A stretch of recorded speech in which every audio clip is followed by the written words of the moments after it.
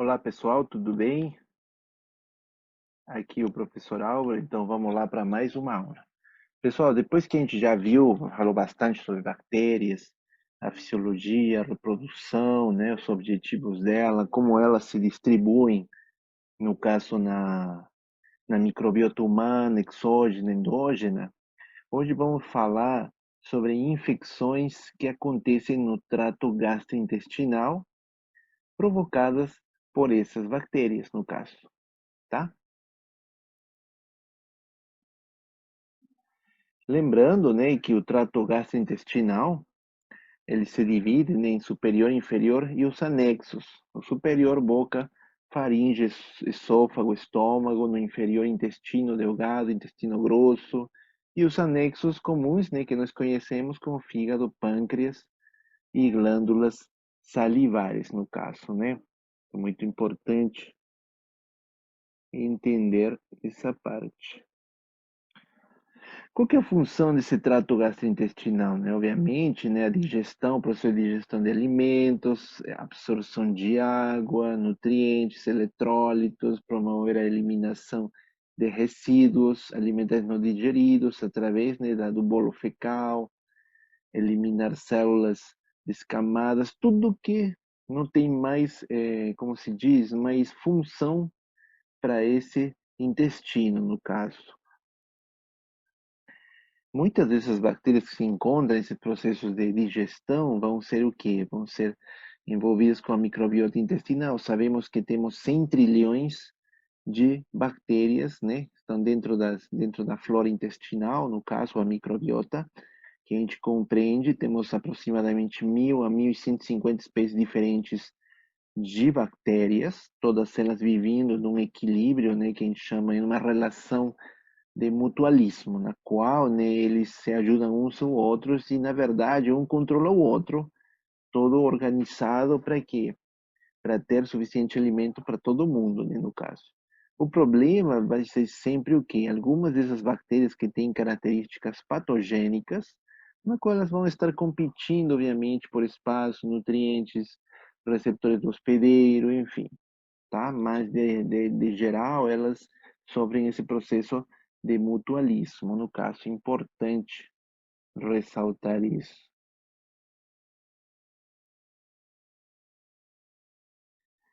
No caso, o processo das infecções, né, que podem provocar essas bactérias vai se dar através, no caso, da camada que elas possuem, no caso, né, quando tínhamos falado de enterobactérias, né, os lipopolissacarídeos, LPS, o lipídio A, o polissacarídeo O, que conforma a camada, o envoltório celular, no caso, tá? Então, também esses polissacarídeos, eles servem para classificar, no caso, esse microorganismo como um membro de algum tipo de família, no caso, né? Pode ser disso. Assim mesmo, temos uma classificação epidemiológica que dá, no caso, essas enterobactérias e que se baseia em três grupos principais de antígenos, né? Porque elas vão produzir antígenos, no caso, que vai ser o polissacarídeo O somático, o antígeno capsular, o antígeno capsular e os polissacarídeos tipo específicos e as proteínas flagelares, no caso, tá? Os flagelos, né? Aqui no desenho a gente pode ver aquilo que a gente falou, né? Nos proteínas flagelares, o lipopolissacarídeo, a cápsula, o antígeno K, né? Que são os antígenos, certo? Mas quais são essas infecções que elas vão nos causar? Na verdade, elas nos vão nos provocar diarreia, disenteria, gastroenterite, enterocolite. Você observou que grande parte delas são o quê? Inflamações. Essas inflamações vão provocar esse tipo de infecções. Muitas delas, algumas estão dentro de outras, por exemplo, né? Tipo, a diarreia é um sintoma comum. E ela vai estar envolvida também aonde? Dentro da disenteria, gastroenterite e a enterocolite, né, no caso. Só para lembrar essa parte. temos os agentes etiológicos, né, ou aqueles agentes patogênicos que provocam isso, né? Tem vários, né? Somente bactérias, tem vírus, fungos, protozoários ou parasitas.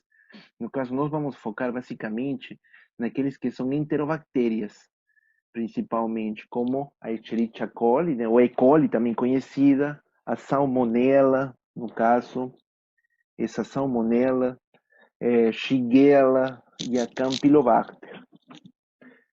Também temos outro tipo de enterobactérias também, né? Só que, assim, não sendo tão patogênicas como a Yersinia, a Vibrio cholerae, a Vibrio parahemolyticus, no caso, de ressaltar, né, basicamente, a Vibrio cholerae seria uma das mais importantes também.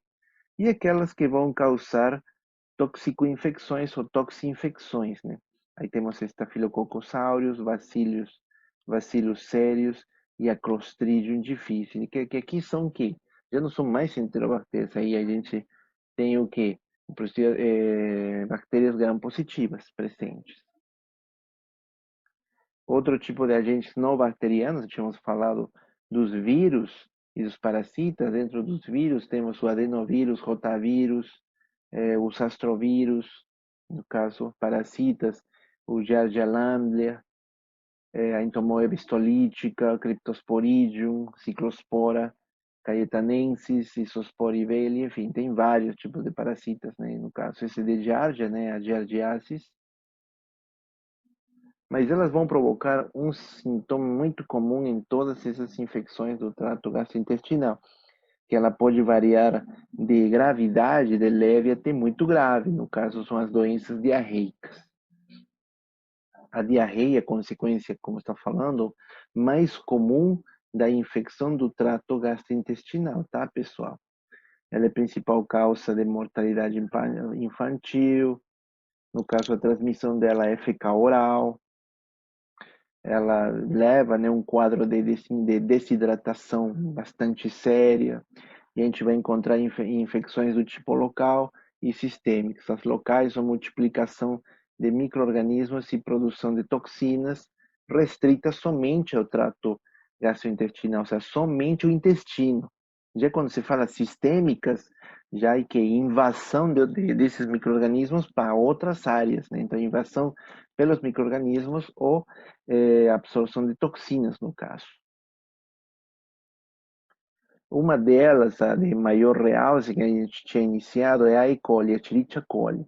No caso, era uma bactéria gram-negativa, mesófila, ela cresce a uma temperatura excelente de 39 graus, isso é fácil de obter. No caso, ela é neutrófila, enfim, ela pode ser cultivada em H. macconkeyi, H. citratodecimos, né, na qual você pode cultivar ela. Ela normalmente é encontrada no cólon, tanto em humanos como em animais, ou seja, tem um reservatório múltiplo, né, em humanos e animais também. Ela é patogênica, especialmente em pacientes imunocomprometidos, no caso, ou em casos de comprometimento da barreira intestino-epitelial, traz uma cirurgia, né, no caso, né? Enfim, ela apresenta clones de E. coli com fatores de virulência que permitem maior adaptação a novos nichos, alterando a composição da microbiota. A Escherichia coli também, no caso, ela tem um papel nutricional. Lembra que tínhamos falado um tempo atrás? Que elas ajudam, no caso, na produção do fator intrínseco que leva à síntese da vitamina, principalmente a vitamina K e da vitamina B12, tá, pessoal? Não é somente a vitamina K, é a vitamina B12 também presente. Assim também a gente pode observar que ela representa 1% das bactérias intestinais do corpo. Então é bactéria pra caraca de E. coli maiormente. Outra coisa para falar importante dessa Escherichia coli, que a maioria das linagens da E. coli não é patogênica, graças a Deus, né? No caso, como o caso da Escherichia coli K12, né? Existem poucas linagens que são potenciais patógenos, tá? No caso, podemos falar de uma, né? A linhagem O157, dois pontos, H7, a EHS, né? No caso. Essas Escherichia coli, elas colonizam, são bactérias patogênicas que elas colonizam o intestino e causam dano ao hospedeiro, no caso, aquelas que são patogênicas.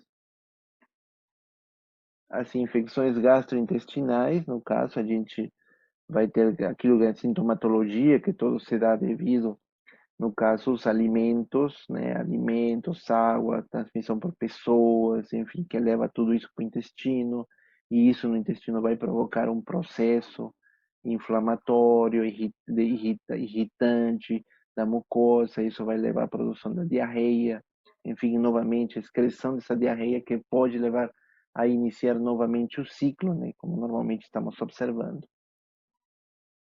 Aqui nessa imagem observamos o que? A essa E. coli, no caso, e os 5 tipos de, ou patotipos, como a gente fala normalmente, que podemos observar nesse primeiro,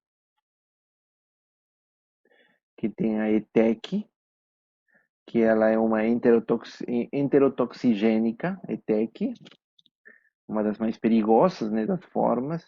Temos a EPEC, que é enteropatogênica também. Temos a EREC, né, que é enterohemorrágica. Temos a enteroinvasiva, que é a IEC, e temos a UPEC, né, a uropatogênica. Certinho? Como que os mecanismos de defesa, tanto do corpo, o mecanismo de forma geral, frente a essas bactérias? O primeiro, temos um mecanismo de tipo defesa inespecífica do organismo, se deve à presença dos sucos gástricos, ácidos gástricos, tem ácido clorídrico no caso, ou também a motilidade do intestino delgado e população da microbiota. A defesa específica, no caso, que as informações são insuficientes ainda, né, mas está relacionado com a presença da imunoglobulina A, no caso, nas mucosas. E isso normalmente é passado para o neonato via aleitamento. Ela é dirigida contra antígenos da superfície, no caso. O controle se dá entre a prevenção da ETEC, com os hábitos de higiene, no caso, né, saneamento básico, lavagem de alimentos, amamentação de lactantes, no caso. O tratamento, ele vai se dar através da reposição, no caso com líquidos, fluidos, eletrólitos presentes, né, no caso quando já tem o processo da diarreia presente. O tratamento com antibióticos vai se dar mais em casos mais graves, no caso. Tá? Tem que ter bastante cuidado, né? Tem que ser feito com cautela, né? Obviamente o médico vai saber melhor isso, porque isso pode gerar resistência a antibióticos. Então, esse foi a E. coli, o que tem mais informação falando sobre isso. Depois temos a salmonela, no caso, que é um bacilo gram-negativo, né? Causa mais comum de diarreia associada a alimentos, então o principal foco de transmissão se deve aos alimentos. Ela tem 3 espécies presentes, tá? Ela é um amplo reservatório animal, está presente em animais também. Ela tem uma dificuldade na erradicação, no caso, por causa que ela é extremamente versátil, né, no momento de fugir e de sumir, no caso. A gente vai ter 2 tipos, que é a Salmonella typhi e a Salmonella paratyphi, no caso, estão principalmente em humanos, que são os reservatórios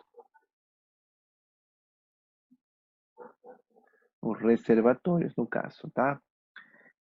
Que mais a gente pode explicar dessa salmonela? Ela tem alguns, como a gente fala, tem alguns sintomas, a sintomatologia dele é febre alta, cefaleia, mal-estar geral, anorexia, bradicardia relativa, tosse seca. Também tem, no caso, a esplenomegalia, né? Esplenomegalia que envolve o crescimento do baço. Tem até a roceola tífica, que são manchas roçadas no tronco, nas costas, no pescoço, no peito. diarreia, né, obviamente, pode haver comprometimento com o sistema nervoso central. Depois temos quem, pessoal? A Shigella. A Shigella é, obviamente, um bacilo também gram-negativo. Ela é causante exclusivamente, quase que 90% dos casos de disenteria. Tá? Ele invade o intestino grosso e ele vai, no caso, colocar presença de pus e sangue, no caso. E isso aqui é uma coisa importante de falar. A dose infectante, né, que a gente encontra desses bacilos e dessas a 100 micro-organismos presentes, né, no caso, você vai encontrar três tipos, né, que é a Shigella sonnei, que são infecções leves, a Shigella flexneri e a Shigella ovoide, graves, e a Shigella, no caso de Centeriae, que no caso que produz a toxina Shiga, que é a que causa, né, a disenteria. Ela não existe em reservatórios animais, no caso, o principal foco de disseminação se dá através da água, né, está presente na água, então a contaminação pode ser de pessoa a pessoa, via fecal oral, principalmente em locais onde não tem um saneamento básico adequado e nem higiene, né, das pessoas. Antibióticos para esse tipo de Shigella, de disenteria, né, não são recomendados, somente nos casos graves. Ou seja, necessidade de disenteria propriamente dita. Temos o Campylobacter. O Campylobacter também é outro bacilo que tem forma de um S. No caso, ele não é um espirilo, tá? Pessoal, não confundam. Ele é um bacilo com essa forma em S, tá? No caso, ele também é um amplo reservatório animal, está presente em ovinos, bovinos, roedores e aves presentes. No caso, você vai adquirir essa infecção com essa Campylobacter através dos alimentos contaminados, uva, aves, leite, água. No caso, casos graves de diarreia, no caso provocada pela Campylobacter, você tem que usar antibiótico-terapia através da eritromicina. Temos a Vibrio cholerae, no caso, pessoal. Essa Vibrio cholerae é uma espécie de maior relevância dentro do gênero Vibrio, né, no caso. Ela é em forma de vírgula, é oxidase positivo, né? Ela tem um hábitat aquático, ou seja, está presente na água, ou seja, a transmissão vai ser através disso, alimentos também, fecal oral, mesma coisa. E ela vai provocar do que? Uma gastroenterite, no caso, a diarreia aquosa e vômito. Isso se dá por 2 a 3 dias, né? Então, entende como isso vai ser bastante prejudicial, no caso. Assim mesmo, ela perde 1 litro de água por hora, né, esse paciente. No caso, durante o pico da doença grave, né? Então, durante alcança o pico máximo, ela vai perder 1 litro de fluidos por hora. O tratamento, obviamente, como os anteriores, quando acontecem os episódios de diarreia, é a reposição dos fluidos, líquidos e eletrólitos, no caso. A terapia antimicrobiana ela vai se dar através da tetraciclina, que reduz a produção da toxina e elimina o microorganismo mais rapidamente. Temos a Yersinia enterolítica, né, que é um bacilo gram-negativo também. Ela está associada sempre com a alimentação, então o contágio, a transmissão vai se dar através dos alimentos. Ela é muito comum nos Estados Unidos e na Europa, ela não é tão comum no Brasil, caso. Ela está também presente em reservatórios animais, né, roedores, porcos, carneiros, bovinos, cavalos e animais domésticos. Ela produz uma diarreia sanguinolenta, cólicas abdominais e febre por 1 a 2 semanas, tá? Temos também o Clostridium difficile. O Clostridium difficile é um bacilo já não negativo, ele é gram positivo, anaeróbio formador de esporos, né? Não esqueçam dessa parte dos esporos, no caso. Aí nos esporos você vai ver ele atinge bastante, ataca bastante paciente hospitalizado, né? Ele produz exotoxinas, um diagnóstico, e na infecção grave desse Clostridium difficile, você tem que tratar com metronidazol ou vancomicina oral. Ela pode, na sua forma mais agressiva, esse Clostridium difficile provoca colite pseudomembranosa, tá? Já está presente no ambiente hospitalar, né, no caso. A microbiota intestinal, ela vai partir quando tem um desequilíbrio, no caso, né? A diarreia está associada ao uso de antimicrobianos também, porque quando esse antimicrobiano vai acabar com muitas bactérias, a Clostridium sobrevive. Então é ela que vai causar as diarreias. No caso, né? Apenas 5% das pessoas são colonizadas, ou seja, se tornam reservatórios, tá? E na teoria atual, ela nos fala que essa Clostridium difficile, no ambiente hospitalar, ela é capaz, ela vai provocar, no caso, um primeiro momento, uma colite, depois uma sepse, um choque, e levar esse paciente à morte se não é tratado rapidamente, né? Por isso que também ela estava encaixada como uma das superbactérias. Temos também a Helicobacter pylori, uma mais conhecida, né, que capaz acho uma das que geralmente tem mais contágio, mais contaminação com essa Helicobacter pylori, é uma gram negativa, um bacilo, bactéria gram negativa espiralada. Ela está muito associada a úlceras, no caso gástricas e duodenais, com maior incidência nas duodenais.